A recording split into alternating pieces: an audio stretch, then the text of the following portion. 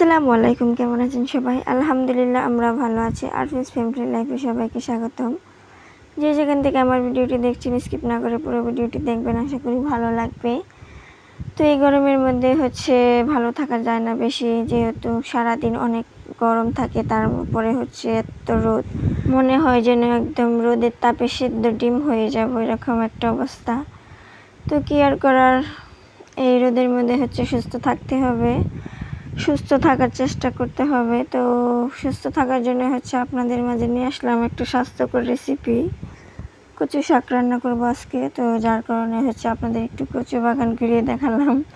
তো এগুলো আমরা বাগান করি না, এগুলো একাই হয়ে যায়। তো গ্রামে সাধারণত সব জায়গায় এই কচু শাক একাই হয়ে থাকে, আর এটার কোনো যত্ন লাগে না, যার কারণে একদম ফ্রেশ ভাবে হয়ে ওঠে, যত্ন ছাড়াই এত সুন্দর গাছ হয়ে যায়। তো আজকে কচু শাক রান্না করব, তো দেখতে থাকুন আমি কিভাবে রান্না করি। আর এই কচু শাকে প্রচুর পরিমাণে আয়রন থাকে, তো আমাকে ডক্টর বলছিল খাবার জন্য, তো একটা সমস্যার কারণে। তো এটা খেলে শরীরে প্রচুর রক্ত হয়, আর এটা আমি মাঝে মাঝে খাই, আর আমার বেশ পছন্দ, আর আমার বরেরও অনেক পছন্দ। তো সে মাঝে মাঝে আমাকে বলবে যে কচু শাক রান্না করে দাও, তো আমিও মাঝে মাঝে ওকে কচু শাক রান্না করে দিই। তো এটাও খেতে বেশ ভালোই লাগে। তো এর সাথে আমি কচুগুলো কেটে নিয়ে এসেছি, এসে ধুয়ে একদম এখন কড়াইয়ে বসিয়ে দিলাম।